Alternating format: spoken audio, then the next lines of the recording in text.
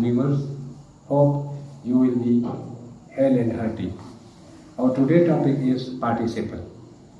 What is participle and what are the function of participle? Okay, and how many kinds? ठीक है, इसके कितने अक़साम हैं, क्या क्या इस्तेमाल है, कहाँ इस्तेमाल करते हैं। लेकिन आज के इस वीडियो में हम स्पेसिफिकली पढ़ा रहे हैं प्रेजेंट पार्टिसिपल। ठीक है, तो हम पहले स्ट्रक्चर को समझाएंगे, इसके बाद हम इसके जितने मुमकिन फंक्शन है सेंटेंस में वो हम समझाएंगे और पढ़ाएंगे। तो सबसे पहले हम थोड़ा सा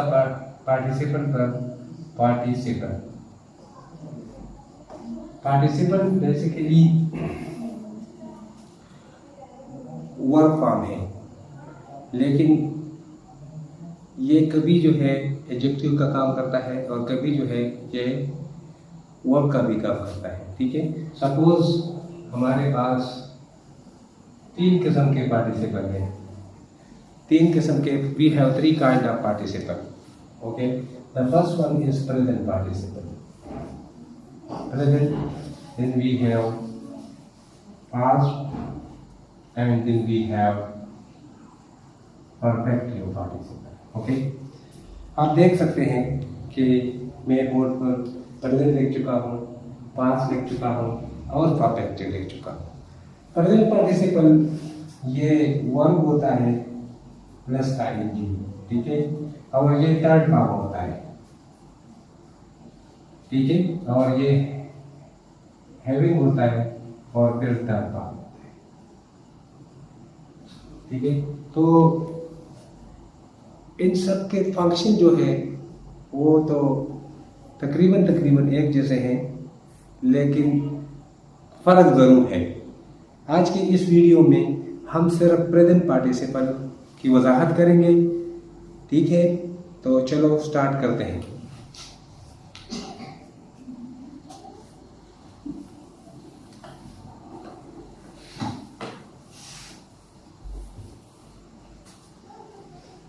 प्रेजेंट पार्टिसिपल, प्रेजेंट पार्टिसिपल आप देख सकते हैं।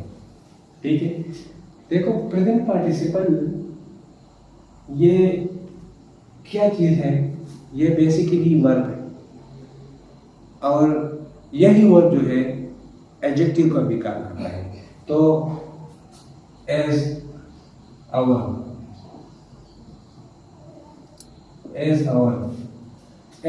इसके क्या फंक्शन है, तो हम कहते हैं it is used in privacy tenses.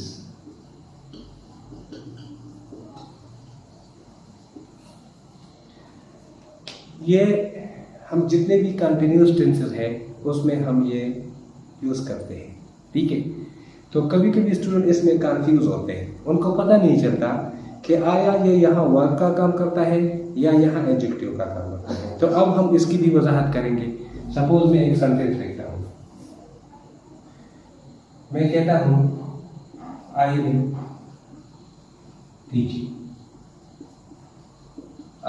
Teaching English. You can see I am teaching English. Here this is verb.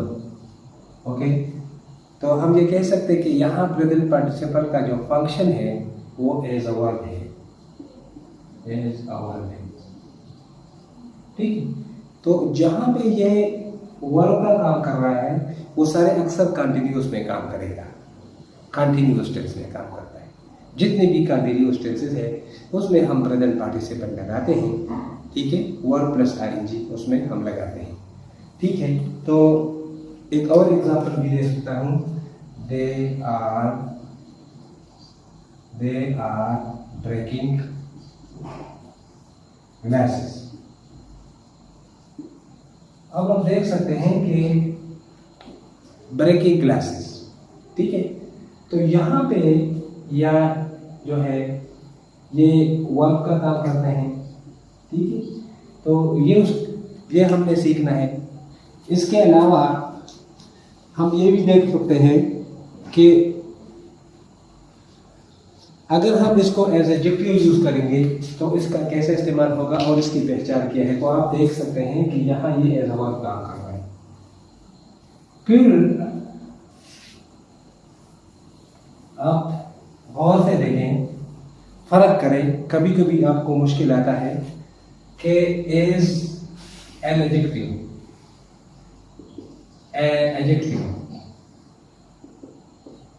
it is used as adjective. How you will suppose? No, I will write an example. My teaching method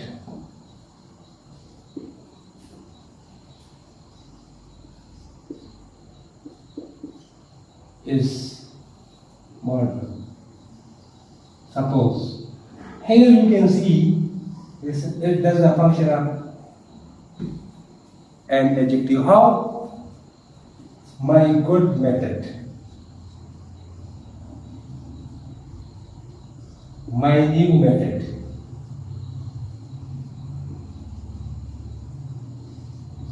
my traditional method.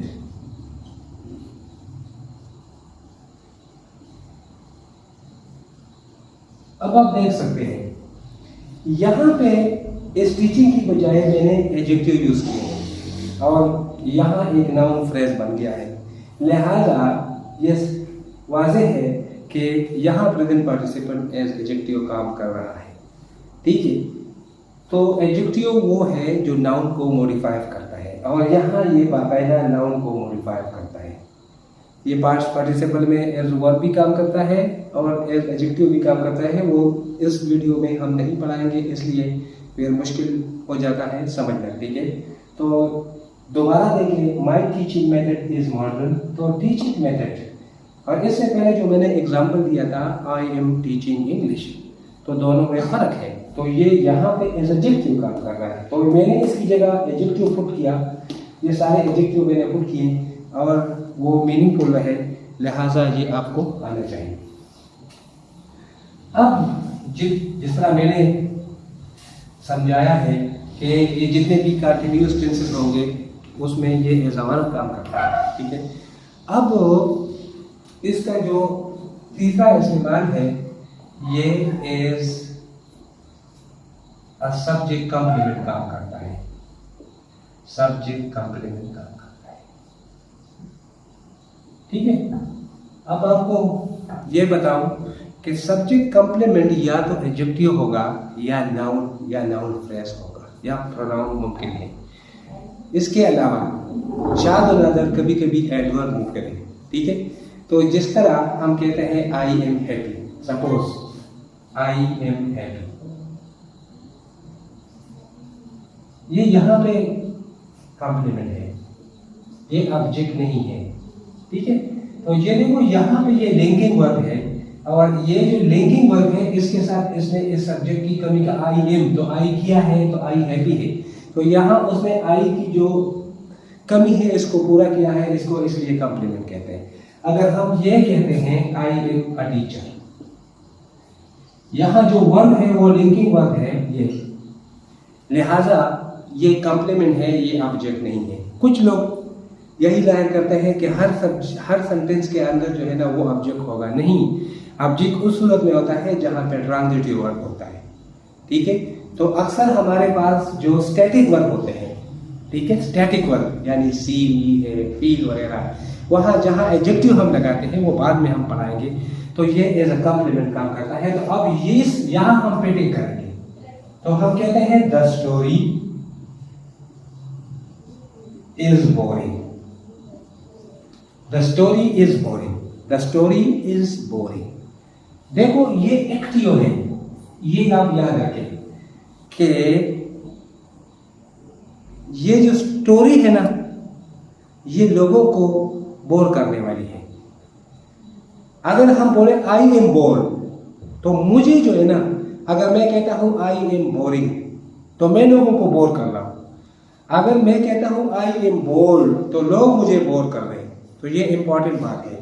तो जहां past participle की बात होगी वो दूसरों को effect करता है, यानी दूसरे उसको इफेक्ट करता है। जो प्रेजेंट पार्टिसिपल की बात है ये लोगों को अफेक्ट करता है। तो ये बात आप याद रखें, ये इंपॉर्टेंट बात है कि हम कहते हैं द स्टोरी इज बोरिंग, ये जो कहानी है ना लोगों को बोर कर रही है। ठीक है, तो अगर कहते हैं द कैरेक्टर यानी अली इज बोर्ड, तो किसी चीज की वजह से अली जो है ना को बोर किया गया है। तो यहां पे ये present participle as a complement काम कर रहा है, द स्टोरी इज न्यू। ठीक है, द स्टोरी इज इंटरेस्टिंग, तो ये प्रेजेंट पार्टिसिपल है। तो यहाँ पे जो प्रेजेंट पार्टिसिपल है वो यहाँ पे एज अ कॉम्प्लीमेंट काम करता है, सब्जेक्ट कॉम्प्लीमेंट। ठीक है, तो सब्जेक्ट कॉम्प्लीमेंट वो इसलिए सब्जेक्ट कॉम्प्लीमेंट कहलाता है कि यहाँ पे एक सवाल पैदा होता है, द स्टोरी इज, तो क्या है यहाँ जो स्टैटिक वर्ब है इसको एक कॉम्प्लीमेंट की जरूरत है। इसलिए कि कभी स्टैटिक वर्ब के साथ आप कभी भी आप ऑब्जेक्ट तो नहीं लगा सकते। ठीक है, ऑब्जेक्ट तो या नाउन होगा या प्रोनाउन होगा या नाउन फ्रेज है या इसी तरह होगा। ठीक है, तो ये बात याद रखें कि सब्जेक्ट कॉम्प्लीमेंट इसको कहते हैं इसलिए है कि ये सब्जेक्ट की कमी को, आई एम अ टीचर, तो आई और टीचर का आपस में क्या है, रिलेशनशिप है। जिस तरह ऑब्जेक्ट जो है वर्ब की कमी को पूरा करता है। सपोज आई राइट, अब देखो आई राइट अ लेटर, अब ये ऑब्जेक्ट है, इसलिए ऑब्जेक्ट है कि इसने इसकी कमी को पूरा किया। तो ये ऑब्जेक्ट और कॉम्प्लीमेंट में फर्क है कि ऑब्जेक्ट होगा नाउन या प्रोनाउन, लेकिन कॉम्प्लीमेंट या तो नाउन या एडजेक्टिव, कभी कभी शाद नाम एडवर्ब भी मुमकिन है लेकिन वो शाद नाम। ठीक है, तो ये इंपॉर्टेंट बात है। ये फिर एलिमेंट होते हैं या जो है हम ये कह सकते हैं सेंटेंस के अंदर जितने भी एलिमेंट्स हैं या पार्टिकल कुछ भी आप बोले तो ये इसमें आते हैं, वो बाद में लोग डिस्कस करते हैं। लेकिन इस हवाले से मैंने इसलिए बेहतर समझा कि इसकी वजाहत हो जाए।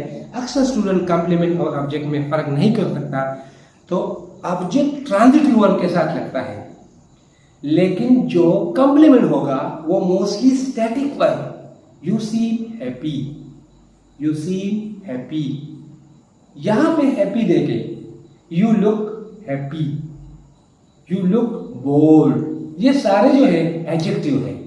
तो यहां पे अगर हम प्रेजेंट पार्टिसिपल लगाएंगे तो वो एज अ कॉम्प्लीमेंट काम करेगा। तो ये बात आपके समझ में आना चाहिए। अच्छा, अब देखो दूसरा जो इसका फंक्शन है इज ऑब्जेक्ट कॉम्प्लीमेंट।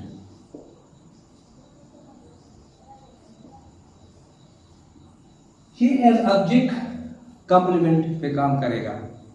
ठीक है, सपोज मैं एक सेंटेंस लिखता हूं, आई फाउंड हिम। अब देखो ये मैंने पाया, किसको पाया, तो ये वर्ब है, ये उसका ऑब्जेक्ट है। अब इसको एक और चीज की जरूरत है, I found him thoughtful, thoughtful. तो अगर मैं थॉटफुल की बजाय थिंकिंग लिखूं, थिंकिंग, या मैं प्लेइंग लिखूं,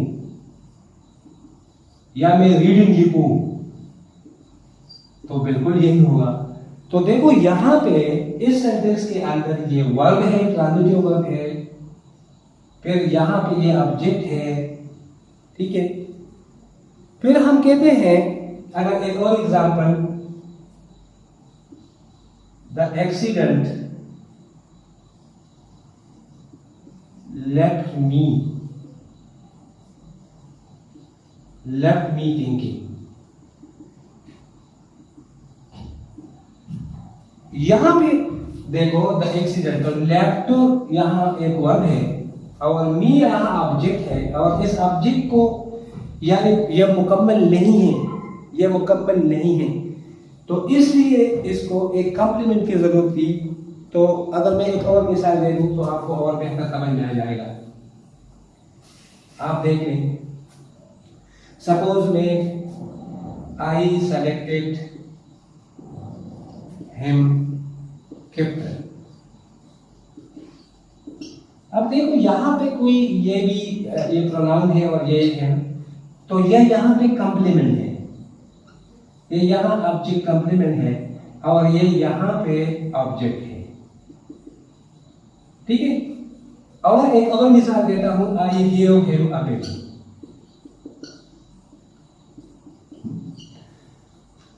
एक काम में दूसरा काम आता है और कॉन्सेप्ट समझाने के लिए तफसील में जाना पड़ता है, इसलिए जो है ना मजबूरन हमें ये पढ़ाना पड़ता है।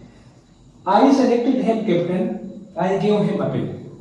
अब देखो ये भी ऑब्जेक्ट है और ये भी, यानी हम मालूम करते हैं कि इसमें से कौन सा जो है ऑब्जेक्ट। तो यहाँ पे मैं मालूम करना चाहता हूँ कि मैंने लिखा है ये ऑब्जेक्ट है, ये कॉम्प्लीमेंट है, ये ऑब्जेक्ट है, तो ये जो है ऑब्जेक्ट 1 और ये ऑब्जेक्ट 2 है, ठीक है। कभी कभी एमसीक्यू में आता है, याद रखो, इंपॉर्टेंट पॉइंट है, बहुत इंपॉर्टेंट पॉइंट है, बहुत important. I selected head captain, जब हम पैसिव में चेंज करेंगे तो ये सब्जेक्ट बनेगा, ये नहीं बनेगा। आपको कैसा पता चलेगा कि ये दोनों जो आए हैं और बहैसियत स्टूडेंट, आपको कैसा पता चलेगा कि उसमें से कौन ये जोड़ी है ऑब्जेक्ट और कॉम्प्लीमेंट कौन कौन से है, और ये एक डायरेक्ट ऑब्जेक्ट और इनडायरेक्ट ऑब्जेक्ट। इसके लिए खास पहचान नहीं करता हूँ। हम लोग क्या करते हैं, हम इस पर सब्जेक्टिव केस लगाते हैं और इसके बीच में हम लिंकिंग वर्ब लगाते हैं और ये लिखते हैं, तो अब ये मुझे सेंस पूरा देता है, लिहाजा ऑब्जेक्ट और कॉम्प्लीमेंट है। याद रखो ये ऑब्जेक्ट और कॉम्प्लीमेंट है इसलिए कि यहाँ उसने सेंस दिया है। जब ये सेंस पूरा देता है, सही देता है, तो ये ऑब्जेक्ट कॉम्प्लीमेंट है। अब देखो इस पर एक ड्रामा करते हैं, ही इज अ पिग। अब देखो ये सेंस नहीं दे रहा है, इसका मतलब यह है कि जो कॉम्प्लीमेंट और ऑब्जेक्ट होगा तो वो खुद वो जो ऑब्जेक्ट होगा फिर वो इसमें से सब्जेक्ट बन सकता है अगर लिंकिंग वर्ब हम पुट करें। लेकिन एक डायरेक्ट ऑब्जेक्ट या इनडायरेक्ट ऑब्जेक्ट में कोई भी उसका सब्जेक्ट नहीं बन सकता, ये बात याद रखो। तो ये उसका प्रूफ है कि अगर आप मालूम करना चाहें तो इस तरीके से आप ये मालूम कर सकते हैं कि ये ऑब्जेक्ट कॉम्प्लीमेंट है। तो अगर यहाँ पे हम नाउन लगा सकते हैं, आई सेलेक्टेड हिम, ठीक है। तो अगर हम यहाँ ये चला सकते हैं तो इसी तरह हम यहाँ प्रेजेंट पार्टिसिपल जो एज कॉम्प्लीमेंट काम करता है, लिहाजा ये हम लगा सकते हैं, ठीक है। तो ये बात याद रखें। फिर डायरेक्ट ऑब्जेक्ट और इनडायरेक्ट की बात भी मैं करूँ कि जहाँ वर्ड की बात होगी वो डायरेक्ट है और जहाँ होम की बात है वो इनडायरेक्ट है। जिस चीज के लिए क्वेश्चन पूछ जाता है वो आई गेव अ पेन, तो ये डायरेक्ट है। आई गेव हिम, तो हिम जो है वो इनडायरेक्ट है। तो कॉम्प्लीमेंट क्लियर हो गया कि ऑब्जेक्ट कॉम्प्लीमेंट, या अगर मैं कहता हूं आई bound him,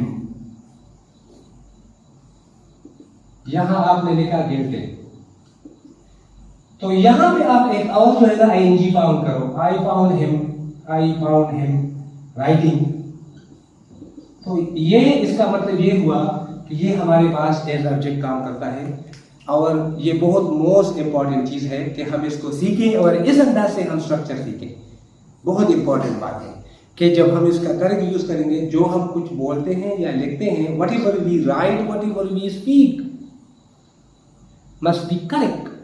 So this is important as far as your fluency is concerned, as far as your accuracy is concerned. We need these kind of structures. Okay, the next one is present participle use. It is used as adjective phrase in a sentence. ठीक है, अब देखें कैसे। Suppose हम कहते हैं the man playing football,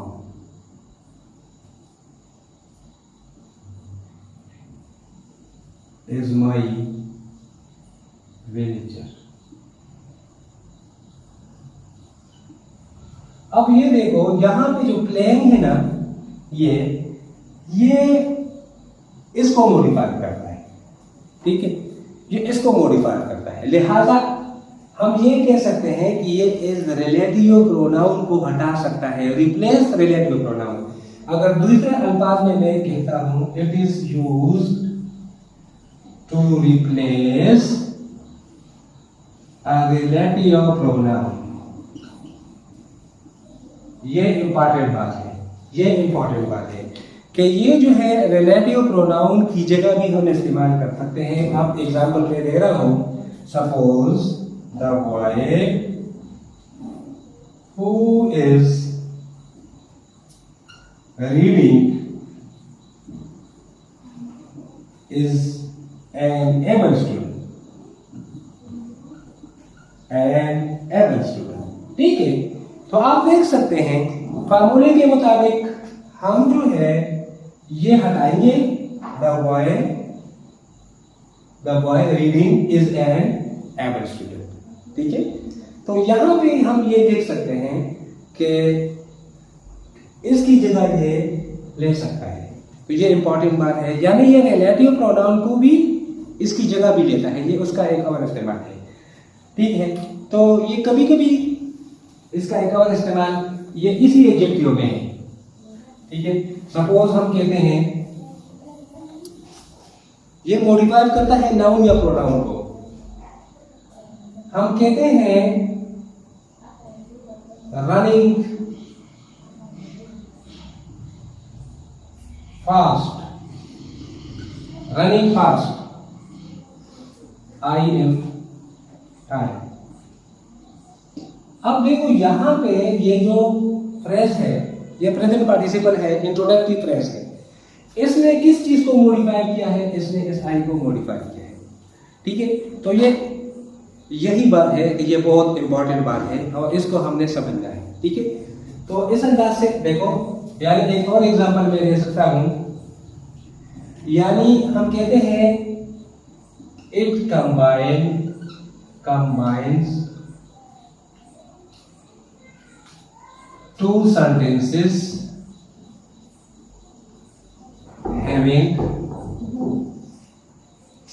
the same subject। ये important बात है। ठीक है, द सेम सब्जेक्ट ये हम उस वक्त यूज करते हैं जब हमारे पास हम जो है सिंथेसाइज करना चाहते हैं, कंबाइन करना चाहते हैं। We want to combine sentences, okay, in transformation. ठीक है, तो हम सपोज मैं एक सेंटेंस लिखता हूं, Ali is coming home, full stop,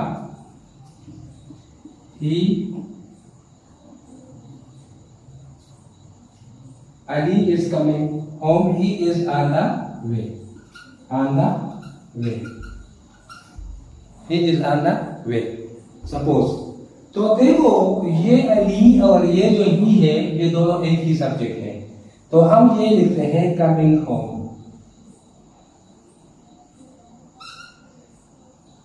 Ali is on the way, Ali is on the way. एक और एग्जांपल के दो सेंटेंसेस जिसके सब्जेक्ट एक जैसे हो तो उसको ये कंबाइन करता है, ये उसका इस्तेमाल है। Suppose I am a teacher,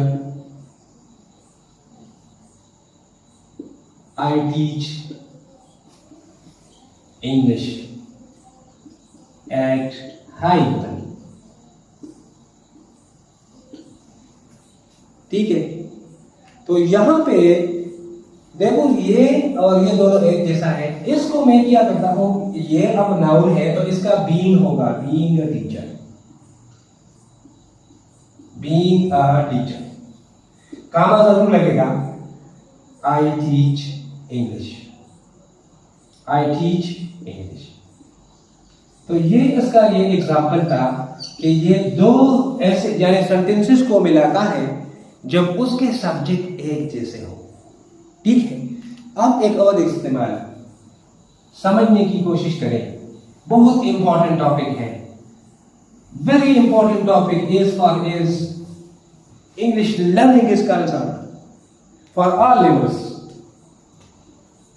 Okay, it is used to combine two sentences having different subjects.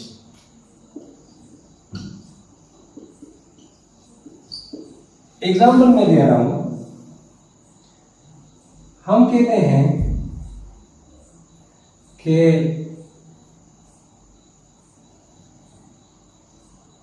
the room was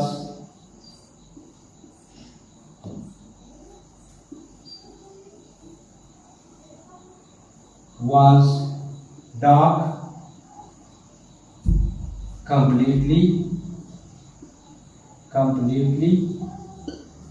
I could not see anything. अब देखें, ये द रूम जो है, ये द रूम अलग चीज है और ये आई अलग चीज है। अब इसको हम, ये डैंगलिंग यहां हो जाता है। अगर हम ये सीखेंगे तो जो पार्टिसिपल की वजह से डैंगलिंग होता है वो कभी डैंगल नहीं होगा। ठीक है, अब द रूम आप देखिए, द रूम, यहां पे हम बीइंग डालेंगे, अब डैंगल नहीं होगा, फिर डैंगल नहीं होगा। The room was dark, I could not see. Suppose ये दो सेंटेंसेस है, अब देखो डैंगलिंग हो, the room was dark completely, तो अगर हम इसको एक सेंटेंस करेगा तो फिर डैंगल हो जाएगा। The room being dark completely, I could not see. अब देखो यहां पे हमने रूम अलग चीज है, हमने यहां बीइंग डाल दिया, इसी तरह कोई और सेंटेंस भी हो जिसमें दो हो तो यहां हम अक्सर बीइंग डालते हैं, या हम यहां पे आईएनजी डालकर, ठीक है, उसका वो सब्जेक्ट जाहिर करते हैं और फिर हम डैंगलिंग को खत्म करते हैं। जिस तरह मैंने डैंगलिंग में कहा था कि या तो हम पहले पार्ट में जो पार्टिसिपल का होगा इसमें हम सब्जेक्ट पुट करेंगे, या हम जो आखिर में होगा इसमें भी हम वो डैंगलिंग पर एक और वीडियो भी हम देंगे, लेकिन ये मोस्ट इंपॉर्टेंट बात है। तो अगर दो सेंटेंसेस, ठीक है, अगर दो सेंटेंसेस उनके सब्जेक्ट मुख्तलिफ हो तो भी हम ये इस्तेमाल कर सकते हैं। अच्छा, एक और उसका इस्तेमाल है कि जो वर्ब ऑफ सेंसेशन है, ठीक है, वर्ब ऑफ सेंसेशन, तो verb of sensation it is used with verb of sensation. Sensation here see verb perception से बुलाते हैं, come. So suppose he came crying,